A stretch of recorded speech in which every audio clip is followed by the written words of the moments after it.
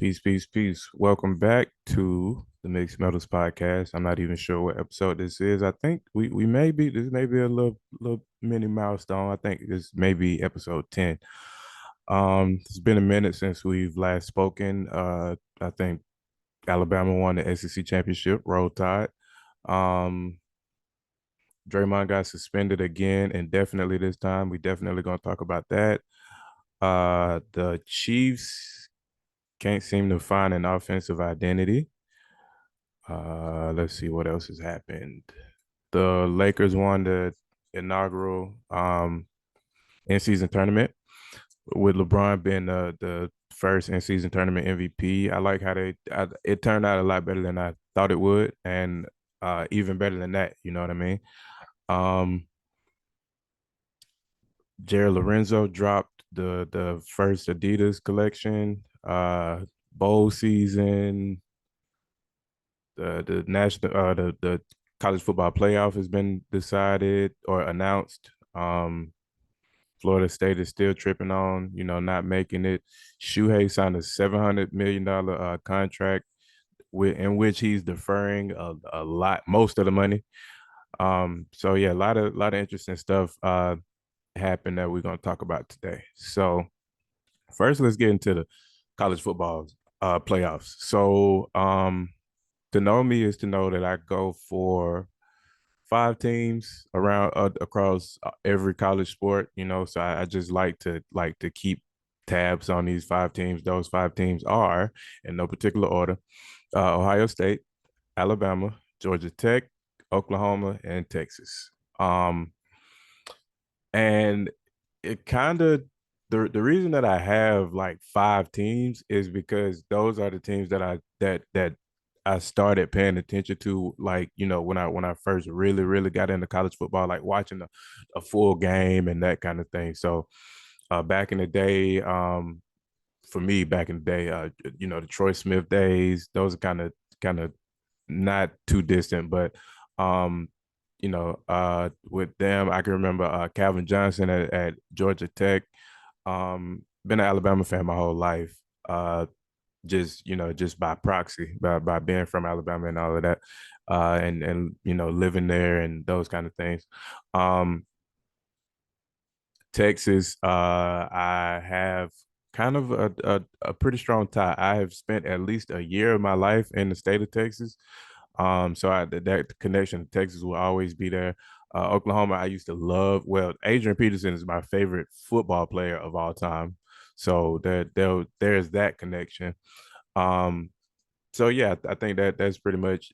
And along with Texas, the Vince Young championship was one that I would never forget.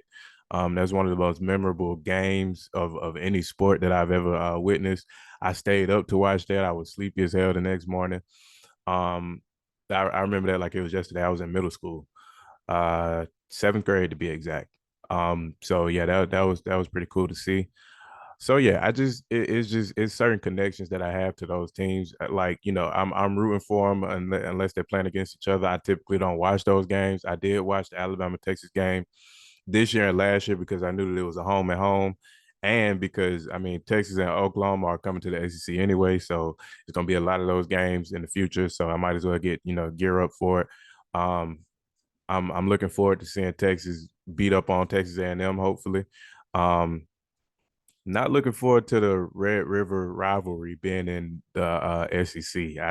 Man, that's like now it's gonna be a game I have to watch, and I don't know. I did watch it this year because it was the last time that they'll be in the Big 12. So we can go back and forth on that all day. But um, I said all that to say that two of my favorite teams are in the college football playoff this year. And of course, it's kind of like specifically for Texas. Texas couldn't be put in without Alabama also being put in. And I can't say it the other way around because Texas beat Alabama head to head. So if Alabama didn't make it, Texas wouldn't have made it. But I can't say that if Texas wouldn't have made it, then Alabama wouldn't have made it. I can't say that the other way around. And with that, Florida State being on the outside looking in, look, I mean, I wasn't necessarily expecting for there to be for Alabama to be in a playoff. I just wanted to play spoiler. I wanted for Georgia to be talking all this top notch mess, and it being them going undefeated since the last time they lost to Alabama. What was it, 20 something straight games? I wanted them, I wanted it to be to where a fully healthy team, a fully healthy Alabama team, Georgia hasn't beat in a long time. Um, and that still rings true. I think Alabama controlled that game from pretty much from start to finish. Now Georgia did go on that first drive. They drove down the field effectively and efficiently. Um, and but after that, I mean, it was pretty much all she wrote. Uh, I do think that Alabama has, just as far as improvement, I think that it's hard to say that a team has improved as much as Alabama this season. Um, Even, I mean, despite them only having one loss, even in their wins, you think about the South Florida game where I think it was 17-3 final score. Jalen Milroe didn't even play. Um, I mean, just a lot of close games. Ole Miss had us down at halftime. Tennessee had us down at halftime. LSU, and LSU. I mean, really, the eventual Heisman Trophy winner is Jaden Daniels. Um, I mean, Alabama couldn't do anything with him. And I mean, historically speaking, in the Saban era, Alabama has struggled with athletic quarterbacks. So I mean, that's nothing new. But if you neutralize, or if you allow that to happen and just let that be that, and you neutralize everything else, I think that that has been the key to success in those types of games with Alabama. But I don't remember seeing a team improve this much under Nick Saban over the course of a season, and that kind of goes without saying because you're so used to seeing the 5-star recruits, at every position, and if one 5-star recruit is out, there's another 5-star recruit backing them up. But now with the I can't think of the word I'm looking for, but like the upping of the transfer portal and NIL deals, these kids are getting more opportunities, to go and actually play, to go and show on the field what they can do. And some students are to the point where they can start a season here, but maybe this isn't the school that they want to succeed at. Maybe they want to try something else, a different offense or something like that. So, the transfer portal, obviously it has its pros and cons, but I think that one of the it creates an obstacle as far as these uh long-standing powerhouse dynasties in college football. And I think that that's also that speaks to the success of Nick Saban. He has been able to survive and succeed in every era that has been in front of him. The be it the BCS, the advent, that's the word I was looking for. The advent of the college football playoff, be it 4 teams, be it a one-loss SEC team, be it undefeated, or he has found a way to succeed in every incarnation of the college football playoff so far. And what I mean by that, it has been these 4 teams, this 14 format for about 8 years, I believe, maybe 9 or 10 years, maybe. But the thing about, like, where the rules don't seem to stay consistent, he has still been able to find a way in. I'm sorry, find a way in. And um I think that the college football playoff has only spent 2 years without Alabama being in it, and I just think that that's a remarkable feat. The SEC has been in it, I think, every season. That's a remarkable feat. And I think that will continue, especially with it moving to 12 teams now. I think that it's going you'll be hard pressed to find a 12 team playoff without an SEC team. Um, so with that being said, I think that Florida State, uh, okay, Alabama isn't the same team that started this season off. Florida State isn't the same team. Oh, for the better, I would say with Alabama, Florida State isn't the same team that started the season off for the worse, I would say. I think that, of course, it's a business at the end of the day. I think that a business decision was made. I think that the NCAA doesn't want another slaughtering in the playoff, especially the last season of the 14 playoff. I'm gonna keep reiterating that because I think that that's important as far as marketability and people that just like to watch the games maybe don't know the politics and the ins and outs of the playoff, but you it's hard to have what's called Power Five conferences with five conferences being represented in that statement, and it being a 14 playoff. It's just it's hard to you're not gonna please everybody. It's impossible. It's virtually impossible.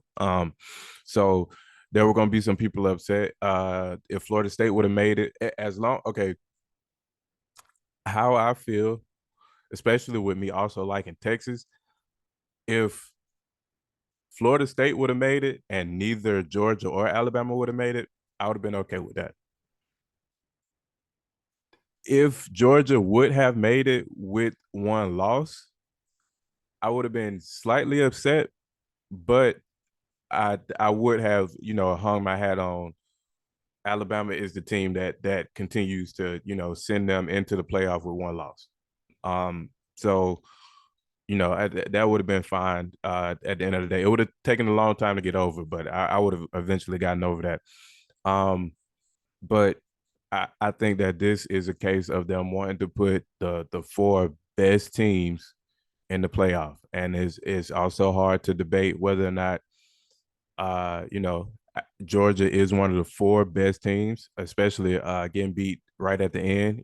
They lost when it mattered, and that's tough. That's tough. You can't do that. So a lot of politics, a lot of ins and outs. I am happy that ultimately that Alabama made it. I do hope that they beat the hell out of Michigan. I hope they go all the way. I hope they go all the way.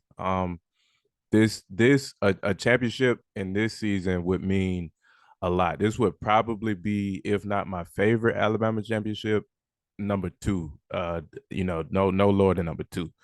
So that's something to look forward to. Um, Not a ton of great bowl games so far. That's the first week is always a um tough thing to watch. Just because the teams aren't necessarily marquee. And of course they obviously do that on purpose. Let's see some scores. Howard got beat by Florida A&M 30-26. Florida A&M finished the season at 12-1. Shout out to them. Ohio, the Bobcats beat Georgia Southern 41-21, and they finished the season at 10-3. Jacksonville State did come out on top over Louisiana. There was a fight in that game, I believe. There was a lot of tension going into that one. That game went to overtime, 34-31 final score. Miami of Ohio ended the season at 11-3 after losing to Appalachian State. New Mexico State lost in the New Mexico Bowl to Fresno State 37-10. That seems to be the biggest disparity so far. UCLA found a way to win. They beat Ohio State, Boise State 35-22. Cal ended the season with a losing record after losing to Texas Tech 34-14. I don't believe there are any games today. They usually don't do Sunday games. But tomorrow we got Western Kentucky and Old Dominion.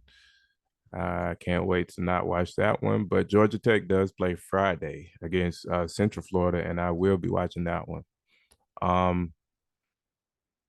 Other than that, it's some coming up, obviously, but nothing, no big matchups that I would necessarily care about. I would like to see what I think Drake may be skipping out on the bowl game. Actually, I'm not sure. Moving on to MLB, just real quick.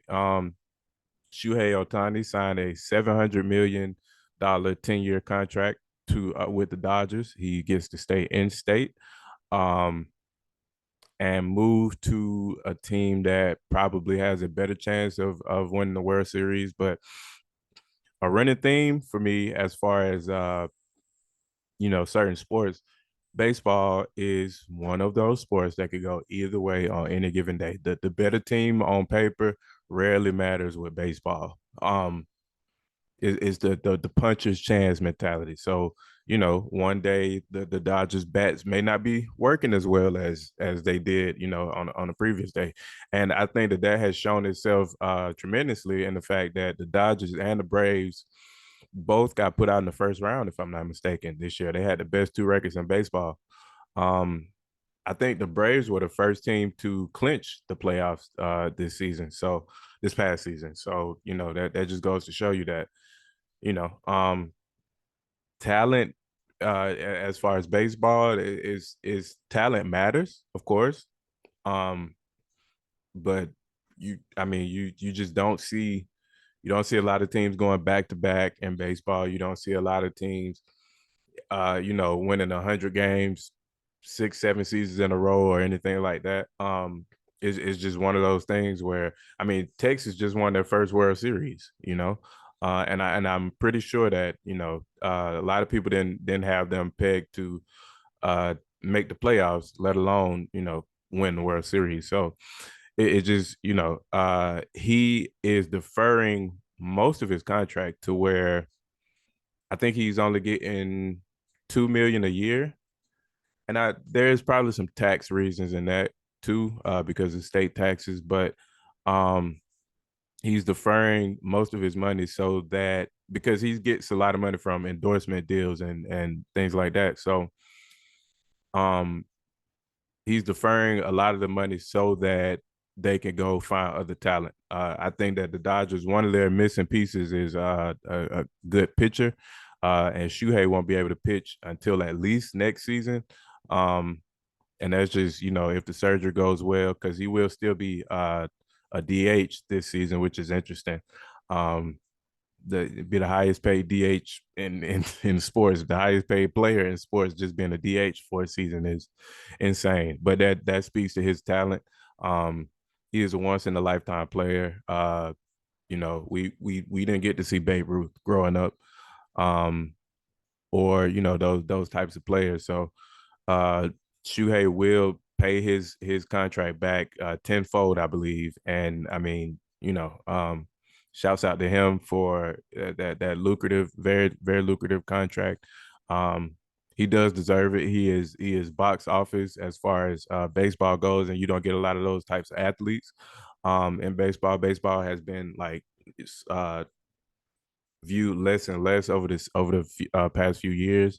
But Shuhei has brought an excitement to baseball that I think the game needed. It gave it the punch in the arm that it needed. So I'm happy to see that. The NBA spoke earlier about the Lakers winning the inaugural in-season tournament, uh, and LeBron being the first in-season tournament MVP. Um, they name an all tournament team. They do all kinds of things. I think that it's amazing that that it worked out the way that it did. Uh, I think that it in a lot of cases, the in season tournament probably exceeded expectations of the NBA, because you give them something to play for, like in season. The thing about it, and part of it is obviously because LeBron won it.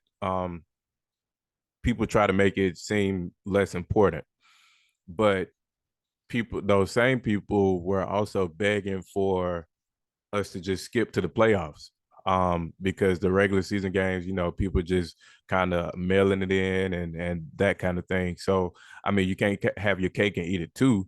So for me, I enjoy the in-season tournament. I enjoy regular season basketball anyway. I enjoy sports, just seeing athletes compete, go out and compete for something.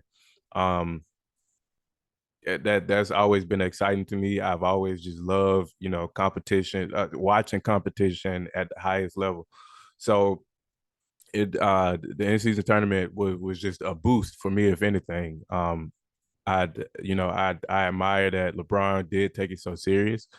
Um, I love how they treated it at the end. I love that the Lakers are dropping a banner for it. It'll be a different shape, different, different color, I believe, than the typical NBA championship banner.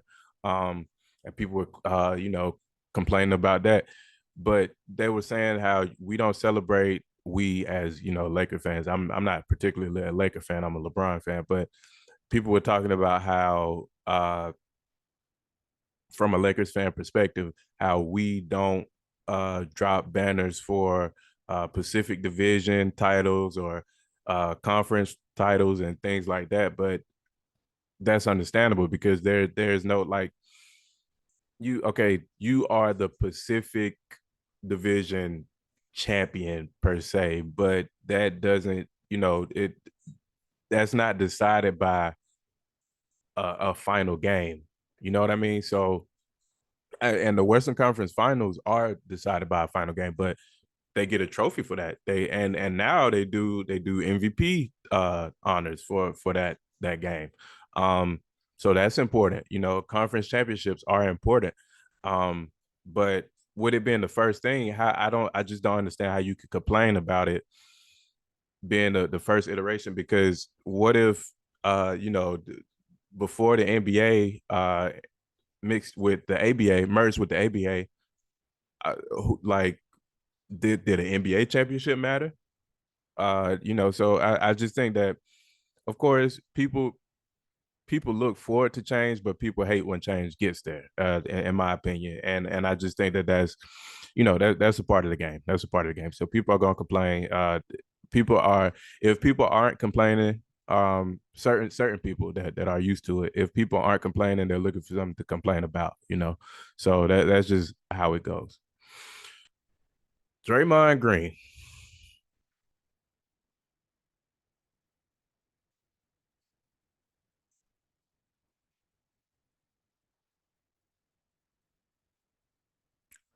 I've said on a previous platform that I was on that after the punch last season of Jordan Poole, Draymond should have been suspended. And there was so much emphasis placed on the fact that he would be missing ring night, the ring ceremony, that they didn't want to suspend him apparently for the beginning of the season. He was able to punish himself. He just took a little break from the team. Um, and I think that it all started going downhill from there. Draymond has been known to be, the type of player that ruffles feathers. I won't necessarily call him dirty, but he has ruffled feathers throughout his whole career. And that's part of what makes him great. But it, controlled chaos is a thing. And I think that Draymond doesn't necessarily grasp that concept. I think that it's just chaos or nothing for him. Um, but I think that he should learn to, to how to channel his, his whatever he's trying to put forth, put in front of himself. Um, he has to learn how to use whatever emotions he's feeling for positivity, making things change, not necessarily negatively impacting things as he's been doing. This is this past ejection was Draymond's third of the season, which I think I was told that it was his career high. Um, Already we are a quarter through the season. Um, I think that Draymond is embarrassing himself. I think that Draymond is going to have a complicated legacy anyway. I think that that's just because of you know people are it's a numbers based world that we live in. So when when people are looking back at the Warriors dynasty, they'll look back and say, "Oh man, Steph averaged this. Steph was a Finals MVP once. Steph was a back-to-back MVP. Steph was the greatest shooter of all time. Look at his 3-point percentages. Look at his 3-point attempts. Look at all of this stuff." But and then they'll look at Clay. They'll say the same thing about his percentages, maybe, or his highlights and those kind of things. But they'll look back at Draymond's numbers and think that he didn't have the impact that he clearly does. They have a losing record without him on the court, and I think that they have a losing record in general. I believe, yeah, they're 11-14 as we speak, but um, his absence has absolutely mattered. I don't think they fared well in those 5 games that he missed previously, and now with him being suspended indefinitely, um, I don't know what direction the Warriors go from here. I don't know if they because I mean he got his contract, so I just don't know what they do from here. And I think that a lot of this is their fault because they didn't handle the Draymond situation as I can't even necessarily say as well as they could have. I don't think they I think that every time they had the opportunity to drop the ball with the Draymond situation, they did. They was just stepping on rakes, if you will. They didn't suspend him after the punch, so he kind of felt like he could do whatever he wanted to do. Um, he stepped on Sabonis's chest. There was no reason for that. But I think the NBA suspended him for the next game, not the Warriors. The Warriors didn't, then unless they're doing stuff behind the scenes that we just truly don't know about. Um, I don't believe that the Warriors took matters into their own hands. He choked Rudy Gobert, put Rudy Gobert in a headlock, um, in a situation that didn't necessarily involve him. He just has a personal vendetta against Rudy Gobert and took it out for all of his teammates, all of the kids in the crowd, all his coach. His coach was telling him, let him go, let him go, let him go. So, um, he let personal uh matters, affect his actions, and that should never be on in a professional setting on a basketball court. And the latest was him doing a spinning punch on Yusuf Nurkic. Uh, and you get the feeling bad for people kind of when people close to him or that have been in his vicinity or that have been around him enough to know that he needs, like when people say help, um that brother needs help. I hope he gets the help that he needs. And you can make jokes and light of the situation, like Nurkic when he said, "I hope he doesn't. I'm glad he didn't choke me," but there's something going on with Draymond. I knew that last season when the Warriors didn't suspend Draymond, that it was going to be a disaster for them. And it did end up being so because you look at their record on the road where Draymond would probably be, the leading guy as far as leadership and being the emotional, the vocal leader in the locker room. He wasn't able to do that because he punched his teammate. So what can he say to them that they will be willing to listen to? You kind of close people off um, from you when you do things like that. Um, of course, the video being leaked didn't help matters. That I think that's obvious. So there's that. But then it just all started going downhill. Like I said previously, they just didn't handle this situation as well as they could have, and I think that now it has turned itself into a much bigger issue than it should have been or than it needed to be. Um, so I don't know. I don't know if we see Draymond on the team next season. I don't know. He's not the same player. He does have similar impact that he's had over his, over the course of his career, over the course of the dynasty.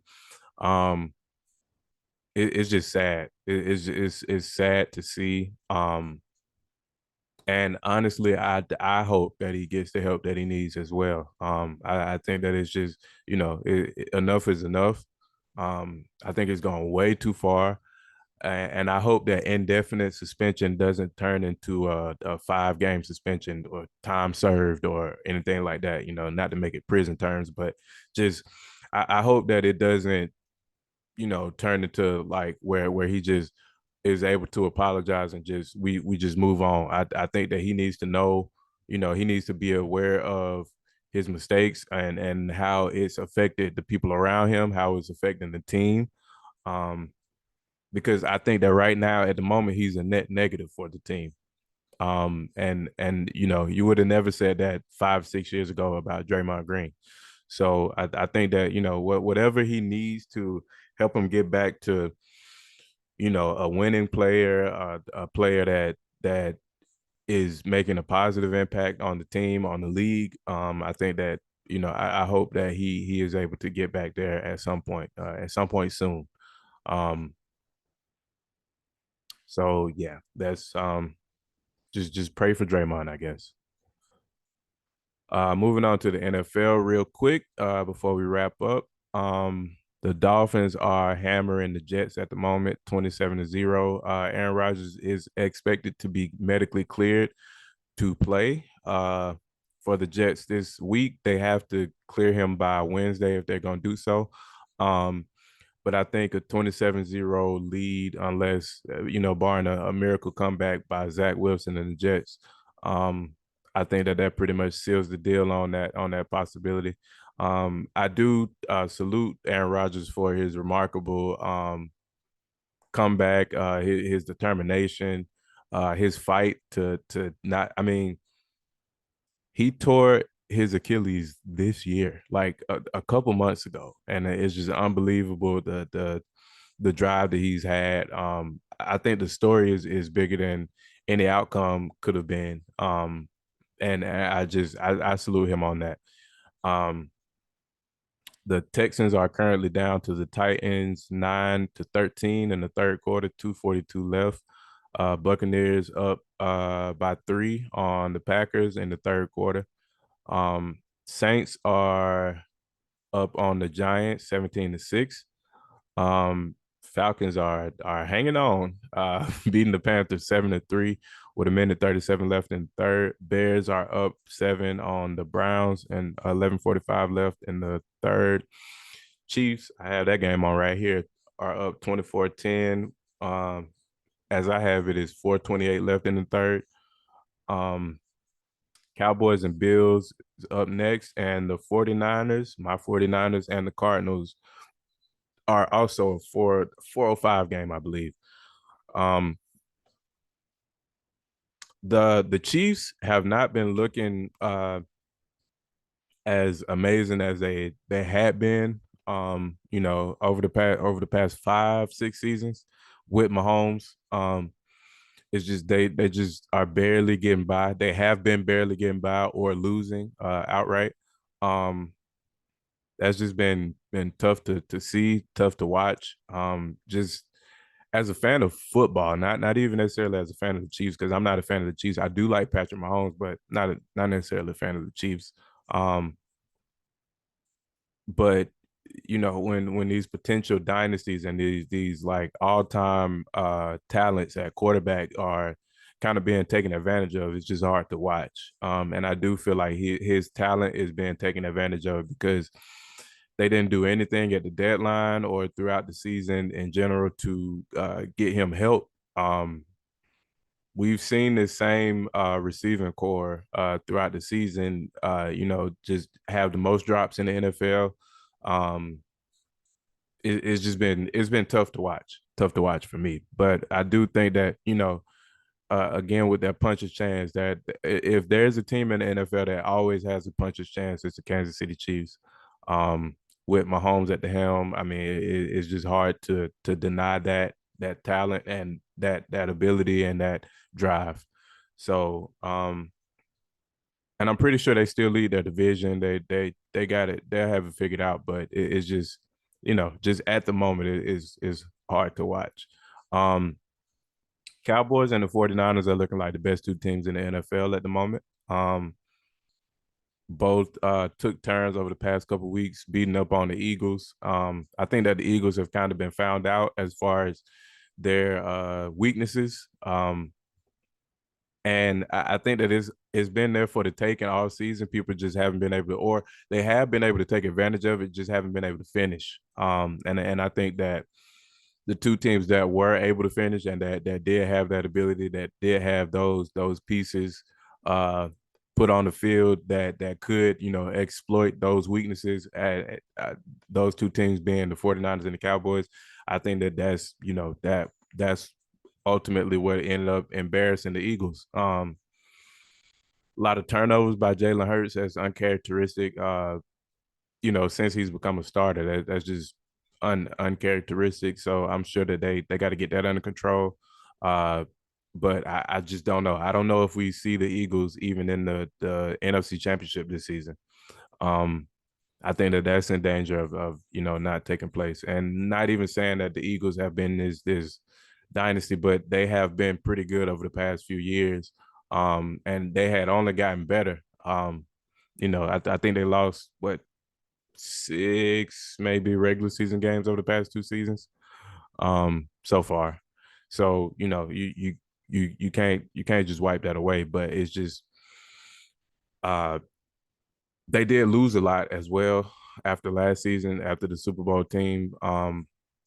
They lost a couple linemen and a couple key defensive players, and injuries have seemed to hurt them as well. um So yeah, and apparently Eagles, Jalen Hurts has been downgraded. His availability has been downgraded after his illness, whatever illness he has worsened. Um, that doesn't look good. So we'll see what happens with that. Um, and maybe they can't get back on track, but it's looking kind of murky now, especially after the gauntlet that they had to go through. Of course, they weren't. I don't think they were going to make it through that gauntlet unscathed anyway. But for them to not only not make it through it unscathed, but to kind of get exposed in the process, that's different. That's different than just not making it. That's different than making it just unscathed. I think that's about it with sports. Real quick, let's talk about the Fear of God Athletics line. A lot of cool pieces so far. A lot of them were shown at the Hollywood Bowl, I think it was, that Pusha T performed at. Um, Jay Lorenzo isn't typically one for the shows, like especially during Fashion Week. I don't think we've ever seen a Fear of God show. I think that was maybe only the second Fear of God show in general. Um, so it was obviously touted as a big deal. Um, I did get a pair of the basketball sneakers from the line. They are high. Everything in the line is very expensive. Um, Hopefully he's either able to bring in more like cheaper pieces or just bring the line down in price, overall. But I do like the direction that it's going in. Um, I think Fear of God is in a great place in general. I love to see Black designers succeed. Black design in general, I love to see succeed. So I'm rooting for it. I'll continue to root for it. I continue to buy pieces that I find fit my wardrobe, fit my style. Um, and I mean that's about it. I want to continue to see these Black creatives do their thing, and inspire, because I'm often inspired by these, by such designs, and I pray that continues. I hope that you all are having a great holiday season. Today is my little sister's birthday, so happy birthday to Lillian if she ever hears this, which I doubt. Um, that Complex album of the year list was kind of bad. I'm gonna be honest with you. I don't even want to go into it. That's why I mentioned it right here at the end. I don't really want to go into it, but it's not a great list. Um, but yeah, that's about it, man. I will speak to you all soon. But until then, peace and love.